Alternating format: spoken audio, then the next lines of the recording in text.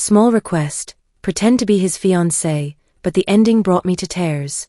The cat was trembling in my arms, its soft tabby fur pressed against my cheek, while 3 men circled like vultures. Their laughter was harsh, cutting through the cold Boston evening air. Every step they took closed the gap between us, and I had nowhere to run. Put it down, sweetheart. Cats don't like losers, one of them sneered, reaching out with grimy fingers. My legs felt like cement, but my arms tightened around the small, frightened animal. I could feel its rapid heartbeat against mine, matching my own panicked rhythm beat for beat. I wasn't scared of cats. I was terrified of men like these, the kind who saw a girl alone on Commonwealth Avenue and decided it was their entertainment for the night. I opened my mouth to say something, anything, but headlights suddenly cut through the darkness. A black Mercedes pulled up behind us, its engine purring like a promise. A man stepped out, tall, composed, wearing a charcoal wool coat that probably cost more than I made in 3 months. He didn't shout. He didn't curse. He simply looked at them with steel-gray eyes and said in a voice low and deadly calm, "Walk away. Now." Something in his tone made even the loudest of the 3 flinch. One muttered something under his breath, but they backed off, melting into the shadows like smoke on the wind. The stranger turned to me, his eyes surprisingly gentle despite their intensity. "Are you hurt?" I shook my head, hugging the cat closer though my arms were shaking. He glanced at the trembling animal, then back at me. "Does it belong to you?" "No, I found her by the dumpster behind CVS. They were bothering you because—" I couldn't finish the sentence. He nodded once, understanding without explanation. "She's scared. You are too. Let's get you both somewhere safe." There was something about the way he said it, matter-of-fact yet oddly protective, that made my resistance crumble. I followed him to the Mercedes, still clutching the cat because I wasn't ready to let go of the one living thing that seemed to need me as much as I needed her. Inside, the car smelled like leather and subtle cologne. Warmth flowed from the vents, chasing away the November chill that had wrapped around me for weeks, maybe months. He adjusted the rearview mirror and started driving, classical music playing softly from hidden speakers. Only when my hands stopped shaking did he ask, "What's your name?" "Amanda. Amanda Foster. I'm Benjamin Cross." His eyes stayed on the road, professional yet kind. "Where were you headed tonight?" The answer stuck in my throat. I had nowhere. Not anymore. Just, away from here. He didn't push for details. Instead, he gestured toward the cat now purring softly in my lap. "You keeping her?" I almost laughed, a sound rough and uneven. "I don't even have a place for myself, let alone a cat." "Then maybe tonight you both do," he said simply, taking an exit toward Beacon Hill. The Victorian brownstone rose before us like something from a fairy tale, its bay windows glowing warmth against the cold night. Benjamin opened an ornate iron gate with a key fob, leading us up cobblestone steps to a door painted deep forest green. "The carriage house is separate from the main residence," he explained, his tone more practical than kind, as if kindness was too obvious to mention. "No one will disturb you there." I followed him through a garden courtyard, past dormant rose bushes and a fountain that gurgled softly even in November. The carriage house was small but perfect, exposed brick walls, a working fireplace, and windows that looked out onto the garden. "Lock the door from inside when I leave," he said, setting a set of keys on the granite countertop. "Tomorrow we'll discuss what you need. There's food in the refrigerator, towels in the bathroom cabinet." He paused at the door, studying me with those perceptive gray eyes. "You look like someone who hasn't had a proper night's sleep in months." I swallowed hard, not because he was wrong, but because it felt like he'd seen straight through every wall I'd built. "Thank you," I whispered. "I mean it." He nodded and walked out, leaving me with the quiet hum of the heating system and the soft purring of the cat, now exploring her new territory with cautious optimism. I sank onto the plush sofa, hands still trembling. But for the first time in weeks, it wasn't from fear, it was from overwhelming relief. I didn't know who Benjamin Cross really was or why he'd stopped for me that night. All I knew was that for tonight, I wasn't alone. And that felt like a miracle I hadn't earned. When I finally closed my eyes in that comfortable bed, I thought sleep would come instantly. But memories have a way of creeping in when the world goes quiet, demanding their due. I wasn't running because I craved adventure. I was running because I had nowhere left to go. I grew up in a cramped apartment in Dorchester, just me and Mom for most of my childhood. Dad left when I was 6, no dramatic farewell, just a note on the kitchen table and our savings account empty to nothing. Mom cried for weeks, then hardened like steel. She worked double shifts at Mass General, always exhausted, always on edge, but she made sure I had what I needed. When I turned 18, she met Craig. He seemed decent at first, brought flowers, helped with groceries, laughed at her tired jokes. I wanted to like him for Mom's sake. She deserved someone who'd love her back after all those years alone. But Craig didn't like me. Maybe because I reminded him that Mom had a life before him, or maybe because I wouldn't disappear into my room every time he came over. His criticism started small, comments about my shoes by the door, how I never did enough around the apartment, why I was always moping around with those art supplies. I wasn't moping. I was working weekends at Dunkin' Donuts, saving for art school while taking community college classes. I studied graphic design because Mom said it was practical, even though my heart belonged to fine art, watercolors that caught light like stained glass, charcoal portraits that revealed souls. When I turned 21, I thought things might settle. I'd landed interviews at design firms, paid off some of Mom's medical bills without telling her, even had a small art show at a local cafe. But Craig was still there, still picking apart every thread of my existence. The final fight started over something so stupid it still feels surreal. I'd made dinner, chicken parmesan, nothing fancy, but apparently I'd used his good pan without asking. He exploded. I fought back. Then he said the words I can't unhear. You're just like your father. Selfish and ready to bolt when things get hard. I froze. Mom didn't defend me. She just stared at her plate and told me to apologize. To him. As if his cruelty was gospel truth. I grabbed my backpack, threw in some clothes, my art supplies, and the little cash I had saved. Mom followed me to the door, mouth open like she might say something, but she didn't. She just watched me leave.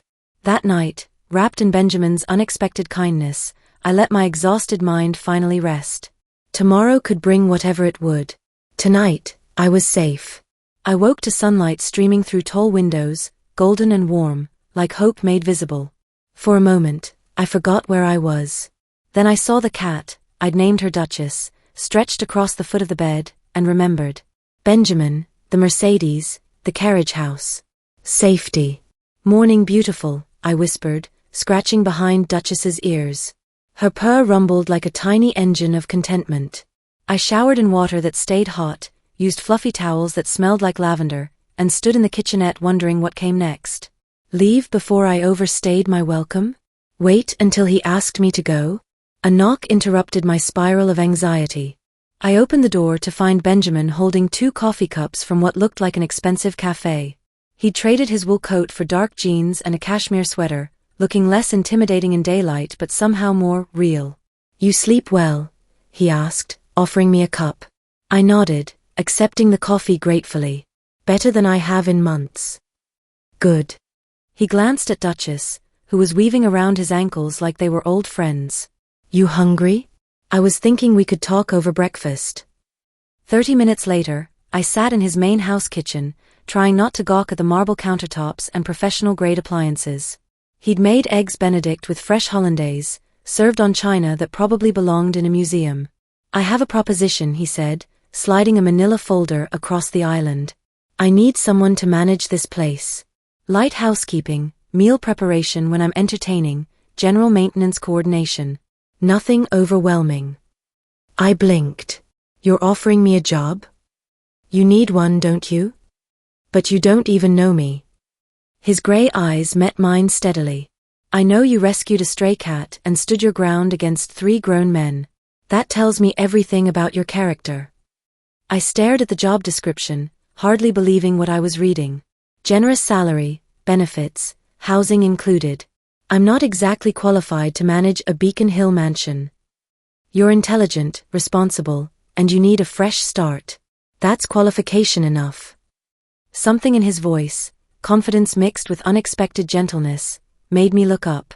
Why are you doing this? He was quiet for a long moment, gazing out the window toward the garden. Let's just say I believe in second chances. I should have asked more questions. Should have wondered about his motives, his past, what he really wanted from me. But when I looked at Duchess purring contentedly in a patch of sunlight, then at Benjamin's patient, honest face, I couldn't. "Okay," I whispered. "I'll do it." His smile was small but genuine. "Welcome home, Amanda."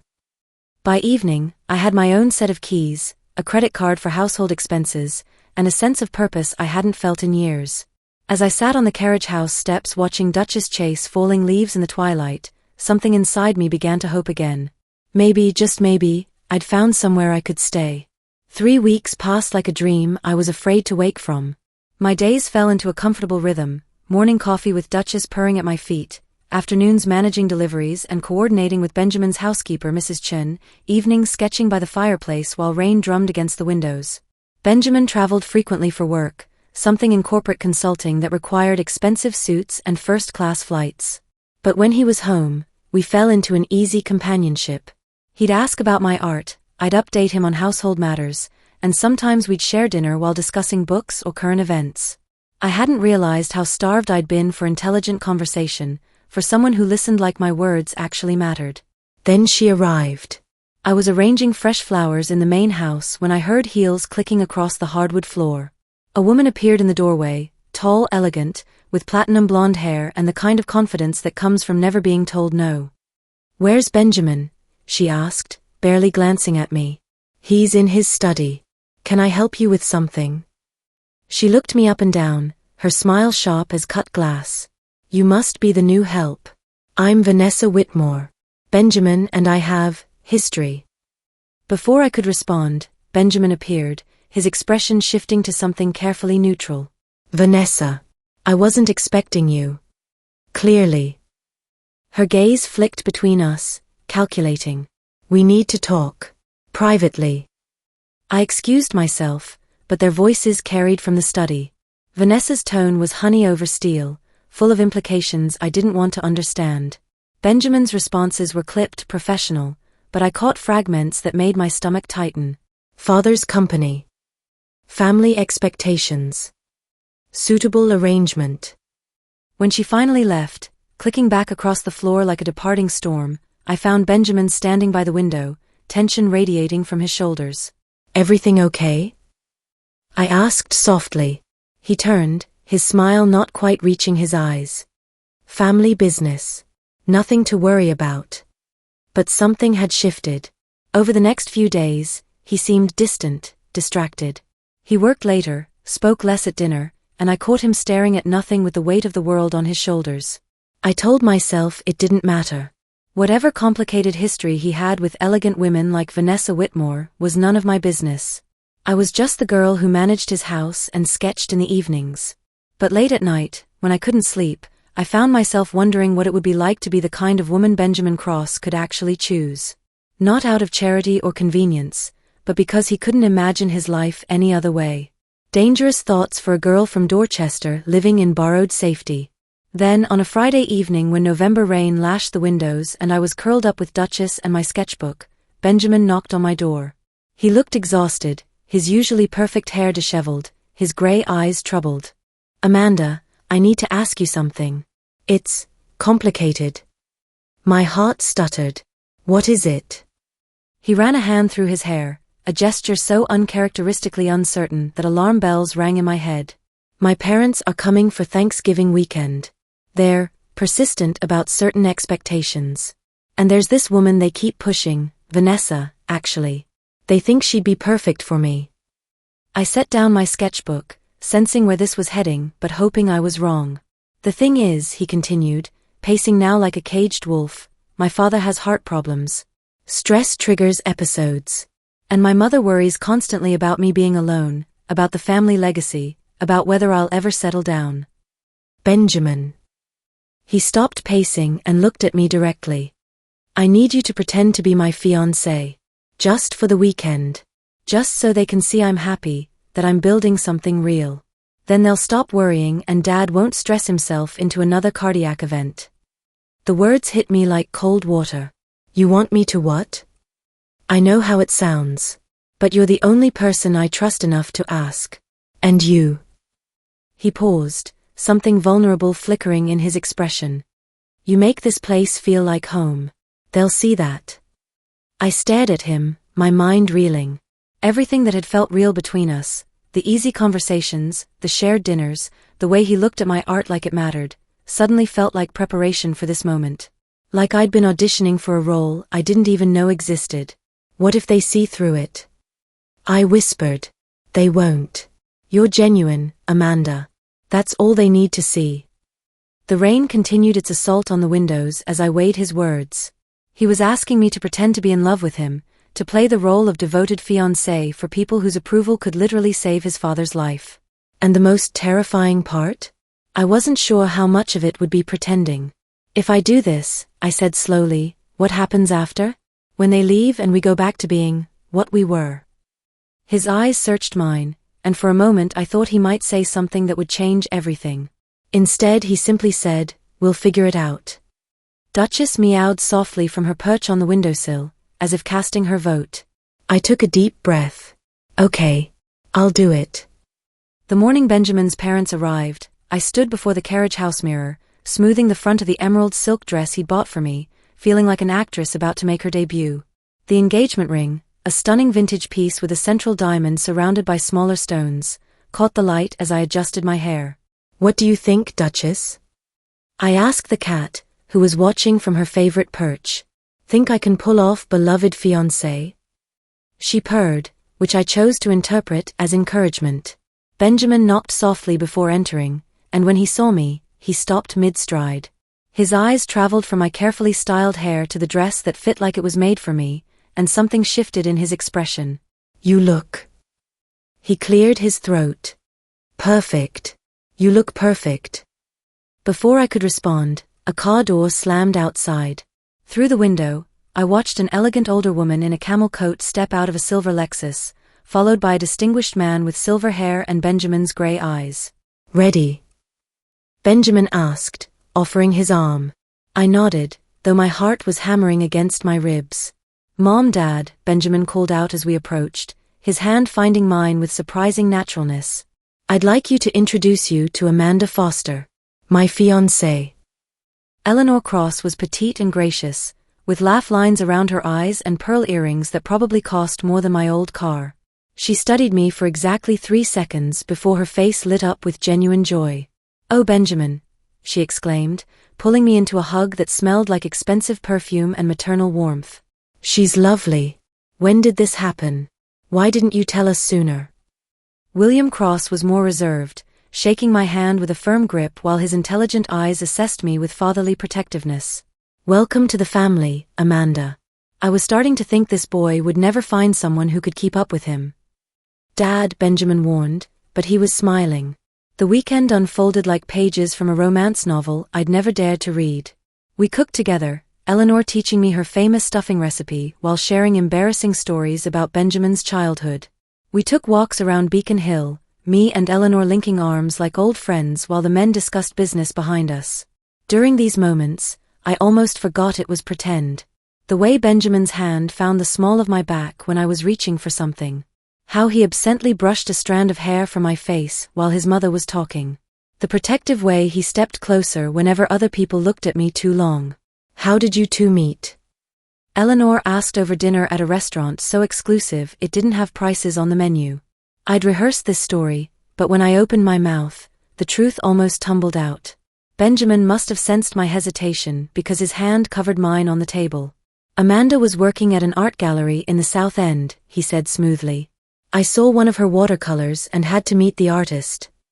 It was close enough to the truth to feel comfortable, and Eleanor's eyes lit up with interest. You're an artist? How wonderful.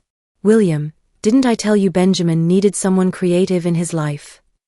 That night, after his parents had retired to their hotel, Benjamin and I sat by the fireplace in his study, the engagement ring heavy on my finger. Thank you, he said quietly. You were incredible today. They haven't looked this happy in years. They're wonderful people. I can see where you get your kindness from. He was quiet for a long moment, staring into the flames. When my father had his first heart attack 2 years ago, I realized how much time I'd wasted building a career instead of a life. They've been worried ever since that I'll end up alone. You won't, I said without thinking. You're too good a man to end up alone. Our eyes met across the space between our chairs, and something electric passed between us. For a heartbeat, I thought he might say something that would shatter the pretense entirely. Instead, he stood and walked to the window. "We should get some sleep. Tomorrow's their last day." As I walked back to the carriage house, the engagement ring catching moonlight, I tried to ignore the voice whispering that I didn't want tomorrow to come. I didn't want to take off the ring, return to being just the help, pretend that playing his fiancée hadn't felt like coming home. But wishes are dangerous things, especially when they involve men like Benjamin Cross and women like me. Sunday morning arrived with cruel sunshine, as if the weather itself was mocking the end of our beautiful deception. I sat on the carriage house steps watching Benjamin load his parents' suitcase into their Lexus, the engagement ring still on my finger but feeling heavier with each passing minute. Eleanor hugged me goodbye with tears in her eyes. "Take care of our boy," she whispered. "He needs someone like you." William pressed a business card into my hand. "My gallery connections in New York," he explained quietly. "When you're ready to show your work to a broader audience." After they drove away, waving until the car disappeared around the corner, Benjamin and I stood in the sudden silence of the courtyard. The absence of his parents' warmth felt like a physical thing, cold and hollow. "Well," I said, forcing brightness into my voice, "I should probably return this." I started to slide the ring off my finger. "Keep it for now," Benjamin said quickly, "in case they call or visit unexpectedly." But we both knew that wasn't the real reason. Neither of us was ready to officially end whatever this had been. The next few weeks passed in strange limbo. Benjamin traveled more, throwing himself into work with renewed intensity. When he was home, he was polite, distant, like we were acquaintances instead of conspirators who'd shared something beautiful and fragile. I threw myself into managing the house with obsessive precision, as if perfect organization could fill the growing void in my chest. I sketched obsessively, the garden in winter, Duchess by various windows, even Benjamin's profile when he thought I wasn't looking. Then Vanessa returned. This time she didn't bother with pleasantries. She found me in the kitchen arranging flowers and got straight to the point. "I know what you're doing," she said, her voice silk over steel. "Playing house, making yourself indispensable. It's clever, I'll give you that." I kept arranging lilies, refusing to rise to her bait. "I'm sorry, I don't know what you mean." "Benjamin's parents love you." His mother called mine, gushing about the lovely girl who's finally tamed him. Her laugh was sharp as breaking glass. "But you and I both know this little fantasy has an expiration date." I turned to face her fully. "Why are you telling me this?" "Because I care about Benjamin. His family and mine have been connected for generations. We understand each other's worlds, each other's expectations. You're a beautiful distraction, Amanda, but that's all you are." Her words found every insecurity I'd been trying to bury. The girl from Dorchester who cleaned houses and sketched dreams she'd never achieve. The woman who'd been abandoned by her father, rejected by her mother, who'd never belonged anywhere until Benjamin offered her borrowed safety.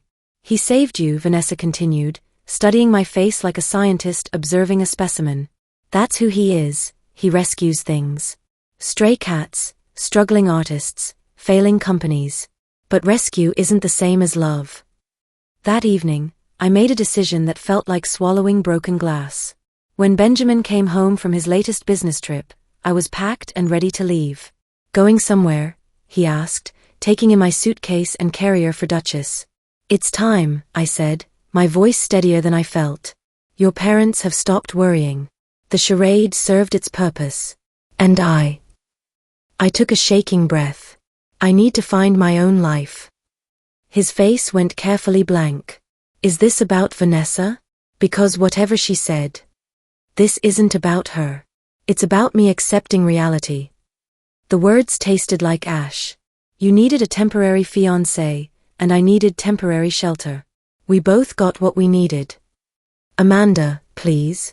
Can we talk about this?" But I was already heading for the door, Duchess's carrier in one hand, my art supplies in the other. If I stayed one more minute, I'd lose my courage entirely. "Thank you," I whispered. "For everything. For saving me, for giving me time to get back on my feet. I'll never forget your kindness." I walked away before he could respond, before I could see whether he'd try to stop me or let me go. Because deep down, I already knew the answer, and I wasn't strong enough to hear it spoken aloud. The motel room in Somerville smelled like disinfectant and defeat. I sat on the sagging bed, Duchess purring anxiously in my lap, staring at my phone screen. William Cross's business card lay beside me, creased from being folded and unfolded a dozen times. 3 weeks had passed since I'd left Beacon Hill. 3 weeks of job applications, apartment hunting, and sleepless nights wondering if I'd made the biggest mistake of my life. I'd found work at a small graphic design firm, nothing glamorous, but enough to afford a studio apartment in Cambridge. It was everything I'd thought I wanted: independence, self-sufficiency, a life built with my own hands. So why did I feel like I was drowning? The knock on my door came at 8 p.m., soft but insistent. I opened it expecting the motel manager, but instead found Benjamin standing in the harsh fluorescent hallway, looking haggard and desperate. "How did you find me?" I whispered. "Mrs. Chun has connections everywhere in Boston," he said with a ghost of his old smile. "Can I come in?" I stepped aside, hyper-aware of the shabby surroundings, the discount furniture, the way everything felt small and temporary after the gracious spaces of his home. "Nice place," he said without sarcasm, settling into the room's single chair while I perched on the bed's edge. "Benjamin, what are you doing here?" He ran both hands through his hair, that gesture I'd learned meant he was struggling with something important. "I came to tell you that Vanessa and I are not engaged." My heart stuttered. What? "After you left, my parents called every day. Mom wanted to know when we were setting a date, Dad kept asking about your art. I had to tell them the truth." He met my eyes directly. "About the pretend engagement, about why you really left." "Oh God," I breathed. "Your father's heart is fine. Better than fine, actually. You know what he said when I explained everything?" Benjamin's smile was soft and wondering. He said, "Son, if you let that girl walk away, you're an even bigger fool than I was at your age." I blinked back sudden tears. "Benjamin, I'm not done." He leaned forward, intensity radiating from every line of his body. "Do you want to know why I really asked you to pretend to be my fiancée? It wasn't just about my parents' peace of mind." My breath caught. It was because I wanted them to see what I'd been trying not to admit to myself. That somewhere between rescuing you from those men and watching you bring life back to my empty house, I'd fallen completely, desperately in love with you. The words hung in the air like a promise, like a prayer answered. The engagement wasn't fake for me, Amanda. The only thing that was pretend was calling it pretend. I was crying now, ugly tears that I couldn't stop. "I'm nobody, Benjamin. I'm a girl from Dorchester with a community college degree and a stray cat. You could have anyone. I don't want anyone." He left his chair, kneeling beside the bed so we were eye level. "I want the woman who sketches light like she's capturing magic. Who turns my sterile house into a home. Who plays with a rescue cat like she's won the lottery. I want you, Amanda Foster, exactly as you are." He reached into his pocket and pulled out the engagement ring, the one I'd left on his kitchen counter 3 weeks ago. "This time it's not pretend," he said, voice rough with emotion. "This time I'm asking because I can't imagine my life without you in it. Will you marry me? For real this time?" I looked at him, this impossible, wonderful man who'd saved me in every way a person could be saved, and realized I'd been running from the one thing I'd always been searching for. "Yes," I whispered. "Yes, yes, 1,000 times yes." He slipped the ring back onto my finger where it belonged, and when he kissed me, it tasted like coming home, like fairy tales that might actually come true, like love that was worth every tear I'd shed to find it. 6 months later, I stood in the same garden where I'd first found safety, wearing Eleanor's grandmother's wedding dress, surrounded by people who'd chosen to become my family. Duchess wore a tiny flower crown and served as our ring bearer, much to everyone's delight. As Benjamin and I exchanged vows under the rose arbor, his parents beaming in the front row, I thought about all the roads that had led me here. The wrong turns and dead ends, the nights of despair and mornings of tentative hope. Sometimes the most beautiful destinations are the ones you never plan to reach, found only after you've had the courage to get lost first. When Benjamin kissed me as his wife, sealing promises that were real as sunlight and twice as warm, I finally understood what home meant. It wasn't a place you found, it was a person you chose, again and again, in all the small moments that make up a life. And we were just getting started.